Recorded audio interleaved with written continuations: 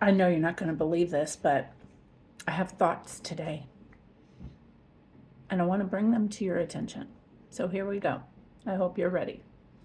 So, how many times have we heard faith without works is dead in our walk? Lots of times, right? We hear it all the time. Faith without works is dead. Have you ever really thought about what that means when it comes to healing? Um, sorry, had a notification come up. Have you ever thought about what that really means when it comes to healing? I have a friend who I have very, very deep conversations with on a regular basis. We banter, we debate. Sometimes we even holler at each other because sometimes our positions are so diametrically opposed.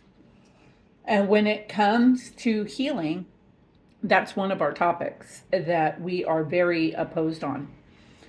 So I have a deep conviction that, and from a personal experience too. Not only is it scripturally based, but it's from my own personal experience, having needing so much healing for chronic pain for so many years.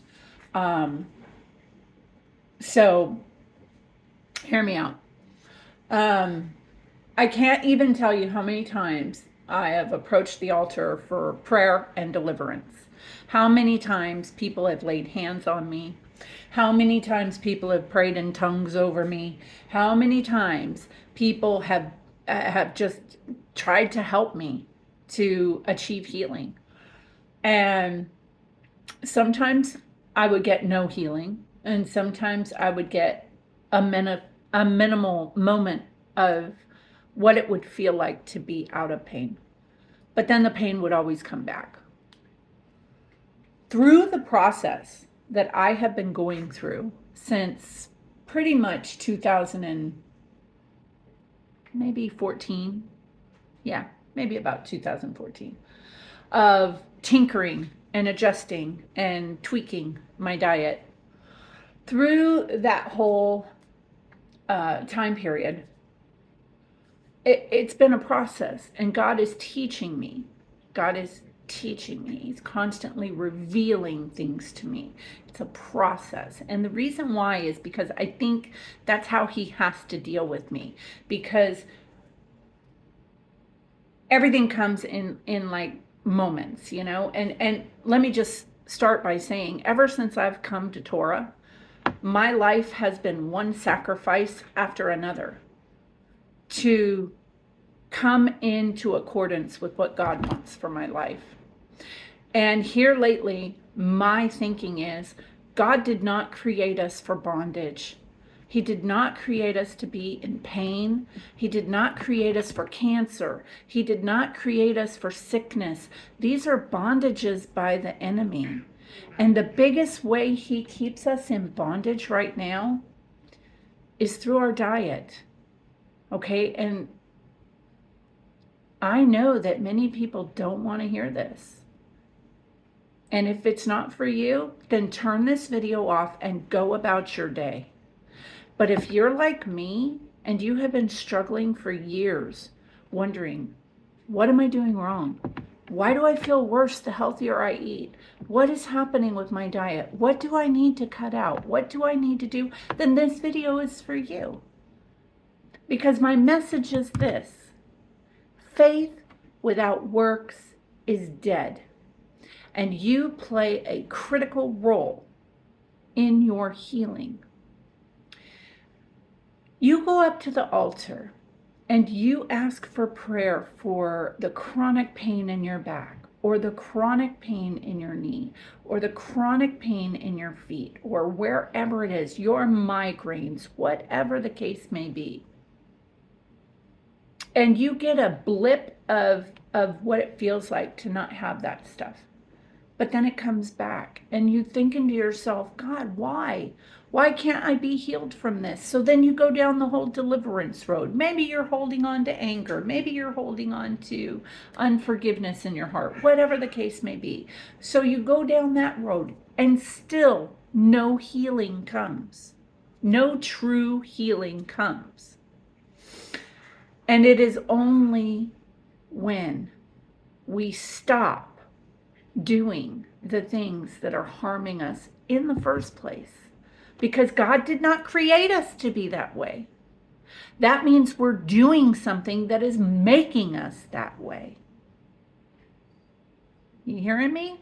You're doing something that is making you be in pain. You're doing something that is screwing up your gut flora. You're doing something that is causing the migraines. You're eating or drinking something that is poisoning you. So if you continue to eat or drink that thing, then you are incapable of walking in your healing. Because faith in that healing without the works of stop doing what's harming you is dead. Let God heal you through a revelation. It doesn't always come through another human laying hands on you. Sometimes it comes through God speaking to you in your mind. Sometimes it comes from God speaking through another human to you. If you are suffering with health conditions, you owe it to yourself to do the work and make the sacrifice to do an elimination diet. You don't need any other assistance. You don't need to eat, you don't need to drink celery juice every day. You don't need to take a powder or a pill every day. You don't need to control your appetite every day. You don't need to cut your calories every day. You need to simply go down to eating only meat, which is the only thing that we can truly eat that does not cause inflammation. Okay? It does not cause any inflammation. It gets digested higher up in the digestional tract. So if you have ulcerative colitis, Crohn's, IBS, SIBO, any of that stuff, it's not going to affect your colon. Okay, so your body can experience healing by doing that for 30 days. Just get all of the other stuff out of there for 30 days. Can we not do 30 days? I mean, look at what we've given up just to walk with Yah. We've given up our traditions of Christmas and Easter. We've given up our tradition of Saturday sports with our kids. We've given up our traditions of eating ham on Easter Sunday. We've given up our traditions of eating pork and shellfish. We have given up so much.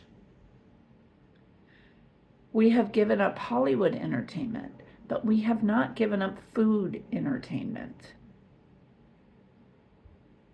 Everything in our life surrounds around food. All of our family gatherings, all of our social gatherings, all of our parties, all of our special events. The first question is, what's everybody going to eat?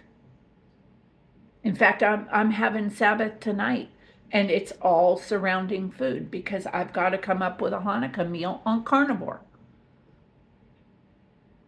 You know? So food is a huge entertainment in our lives. We don't eat to live. We live to eat. And that's the reality.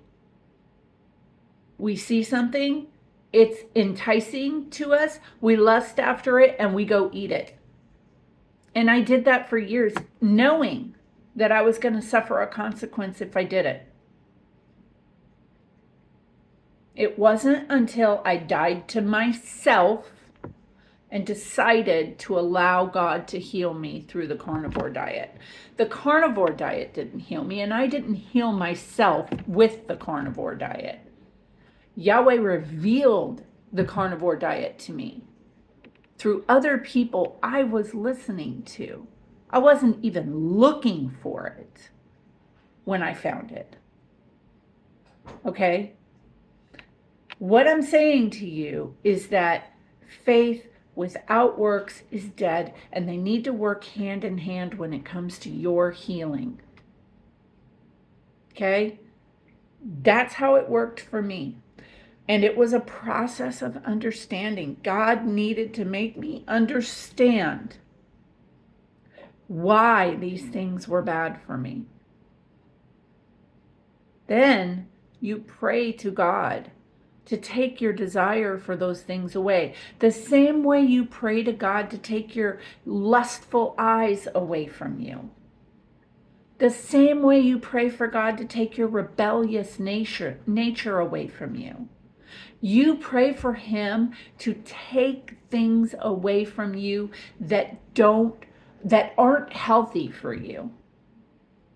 You pray to him to heal you by taking those cravings and that desire away. The same way a heroin addict prays to God to take his Jones away for heroin. You got to take your Jones away for bread. You got to take your Jones away from pasta. You got to take your Jones away from cupcakes and cookies and pies and donuts. And I'm not saying that in a derogatory way. These are all things that I have suffered addiction from for years. The heroin addict knows that every time he puts a shot in his arm, it's not good for him, but he can't control himself. No more than the person can control themselves from wanting to eat that donut. Especially because donuts are legal and they're everywhere. So anyway, I hope you'll all just contemplate what I've said here today and really try to understand where I'm coming from here. Meditate on this, pray on this, you know. You can do this. I'm telling you, you can do this. And as Torah observant believers, this shouldn't be a big deal for us to have to give something up that's not good for us. You know, and I constantly get the argument, well, God tells us to eat bread in the Bible. They're eating bread all the time. You're right, they are. Yeah. And they're eating unadulterated ancient grains. They're not eating what we have today here. Go and do some research on GMO wheat. And just know this, I don't care if it's organic or not. It's still GMO. It's cross-contaminated. You are not eating something that God created for you. You are eating something that has been genetically created for you. It has had all the nutrients stripped from it. So that argument falls flat on its face. And the whole point is, stop making arguments. If you don't believe what I'm saying, then try it for yourself and prove me wrong. Prove me wrong. If you don't feel better after 30 days, I will never speak to you about it again. That's God's honest truth. So anyway, I gotta go to work. Happy Hanukkah. Shabbat Shalom. I hope you all have a peaceful and blessed Sabbath tonight. Have fun with your families, doing your Hanukkah stuff, and be blessed. I love y'all. Have a great day.